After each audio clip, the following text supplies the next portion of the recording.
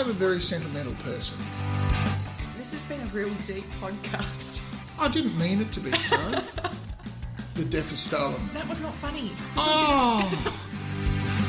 It's the traditional hero arc. You want to see them struggle. There's no heroes here. Come on. No. And I still think to this day that they probably are still, thrusting around in the dark, so to speak. I think, no, don't.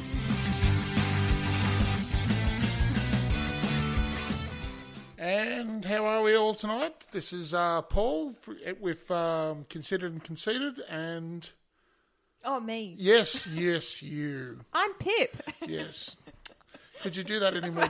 Could you do that any more brainlessly? I'm sorry. I'm going to be attacked by feminists now. I was actually just thinking I've nearly finished my drink and we haven't even started. Yeah. Pip has this particular voice that she uses when she wants to... No, you do. You do. I've known you for 15 fucking years, and you do. You do this kind of voice? You do this whole, oh, you, Don't ask me. I'm just a girl. Yes, and you get that voice. That's the one, and you get that voice every once in a while when you want to deflect blame or responsibility. It's called handballing. Yeah, well, whatever it is. Yes. Passing the buck. Yes, I call it the brainless voice. Yes. Or just a drink or two. How are we all tonight? Oh, that's right. We're talking to people. Hi, everyone. Yeah, that's right. Well done. Oh, Double dear. shot. Okay. Double digits. Double digits. This is our... I should have a kind of fanfare, but I'm not that organised because I've been trying to get the equipment working properly. We don't need a fanfare. Oh, we should. No, we don't. No, we should. No. Could we do a fanfare? No. How about a little one? Here we go. No. Oh, no. okay. Don't. Back away from the mouse. I have a soundboard now, kids. So I go against my own impulses and not annoy people with sound effects. Anyway, so we were watching an obscure film this week, and one of your favourites. Yes, I just remembered what it was. Yeah. But first we're going to talk about the obscure film that we watched this week, and it was Mary and Max. Mary and Max, yep.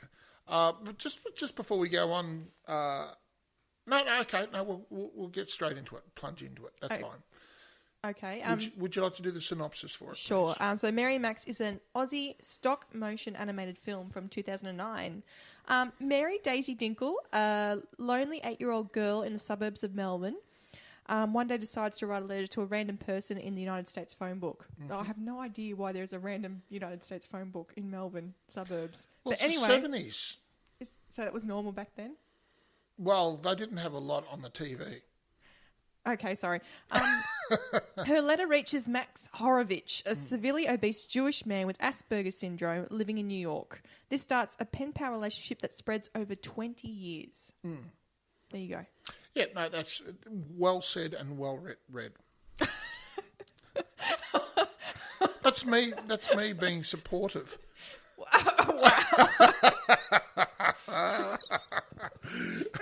I don't even have a witty comeback. No, I know, and I don't really know what that means anyway. Yes, I kind of missed the page on supportive. Okay, well, did you want to launch off or should I? Up to you. I can start. That equates to me having to go first, does it? No, I was actually just going to say I really liked the film. You did? I was actually surprised because I didn't think I would based on the first part of it. Based on the fact that I'd picked it? No, it wasn't that. It was the fact that it was a stop motion animated film. But you like stop motion animation films. I do, but the way it was starting, like when I was watching the first part of it, I thought, oh, it's all devoid of colour. Yes. And it's done in a really... Sepia, I believe the word you're looking for. But that's what I mean. I was really like, oh my gosh, this is going to be... And all the characters are very extreme. Like they're all being done in a very... like the characteristics... Clay kind of... No, but it's not... they're like... they're really obvious like features and things. Yep. Some of them are quite grotesque. Yep. And I thought, oh, it's going to be one of those. They're all grotesque. There's They're not a pretty character amongst them. There's nothing wrong with Mary, except the birthmark. I disagree. Yeah, I thought her character was somewhat grotesque. Okay. I did. I honestly, that was something I actually thought. I was sitting there watching the characters, and I'm just sitting there going, God, they really hate humans, whoever wrote this, but I was wrong. I meant physically, as in to the eye. I don't mean emotionally or mentally or whatever. Oh, she just had these she had these two little pebbles, black pieces of coal for eyes. Well, it says her eyes are like muddy puddles. So coal. They're just like black. I don't know about I muddy. thought, oh gosh, I'm not going to enjoy this because it doesn't look pleasing. No. There is nothing about this, the appearance of this, that is pleasing in any way, and I think it's done intentionally. Yes, I get that now, but at the start I thought, oh gosh, this is not going to be a great film, and I got so addicted to it. And even when they start adding splashes of colour here, the red parts, like the clips to her hair and certain parts, they're just splashing out these massive red colours. It sounds like it was a bit of a journey for you. Well, that's an extreme statement, but it is an extreme statement. But I mean, quite often, like when we sit down, like for example, you sit down and watch Infinity Wars and put the last 15 minutes to one side. Any Marvel movie is not really a journey, is it? You're just sitting there for the ride. That's right. You're elevated, and they keep you bopping along all the way through until the end, and then they'll pull out something even more gobsmacking than the rest of the movie. And that's how it rolls. Whereas this. It doesn't inform you emotionally as to where you're supposed to go, and it kind of leaves you floundering for 3/4 of the film. Well, that's how I felt about it anyway. No, I agree. It was some parts of it were hilarious and other parts were heart-wrenching, and it was an emotional roller coaster. Did you feel emotion, Pip? I didn't cry. No, I wouldn't expect you would. Heartless cow. But some parts of it you just went, oh my gosh, no. Yes, it is a film that caught me by. I knew it was supposed to be a bit of a subby sob. I suspected that it was, but I didn't know a great deal about it. But when I started watching it, first of all, I became depressed. Before I did anything else, I just went, oh my God, this is Mooney Ponds in 1976 or whatever the fuck it was. And I just thought, how fucking... And just the context of Melbourne in the 70s is... I remember Melbourne in the 70s, and it was Daryl Summers on a Saturday morning, and, McDonald's was the best place you could go to have a decent meal. It was quite a dreary place, and I think the sepia colouring of Melbourne in those days is bang on. I felt that way. Other people might have happy, wonderful emotions about Melbourne in those days. Well, it's not actually it's the suburbs of Melbourne, so it's not even... Yeah, that's what I mean. I mean, not Melbourne. It felt like a country town that was struggling. Yes. Well, you could call any 70s suburbia, it would be a similar kind of soulless crush, It was, and it did feel like it was crushing one's soul as it went. And, but from one step to the other, you thought, it can't get any worse. And then it gets worse. And it just gets worse. And gets worse and worse and worse. But not so much that you want to turn the TV off and run. You can almost see the director sitting there looking, there's a bit of their soul I haven't got yet. Well, actually, Adam Elliott was the director and writer. And after watching this film, I actually went, well, what else has he done? And I went back and watched Harry Crumpet because I hadn't watched it before. Yep. And that was a 20-minute short film, feature film? Oh, I've not seen that. Well, he did that before. Yep. He did. Well, I immediately went, what else has this man done? And went and found that. Yeah. Well, apparently he's now... He had Jeffrey Rush doing the narration. Yes, I actually checked that. I'm learning that I have to actually put a little bit of effort into this. Why is that? Well, I just look like an idiot, more so than normal.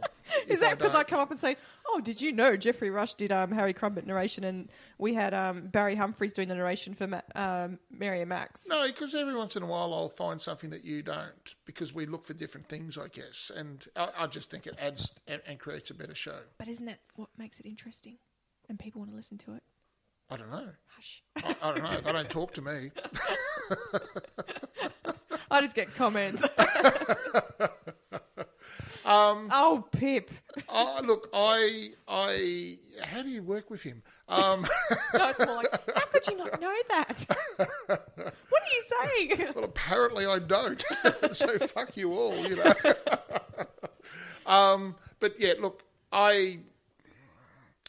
I'm not going to talk about my emotional state through that film because that'll just go back to previous episodes. Refer back to previous episodes, people.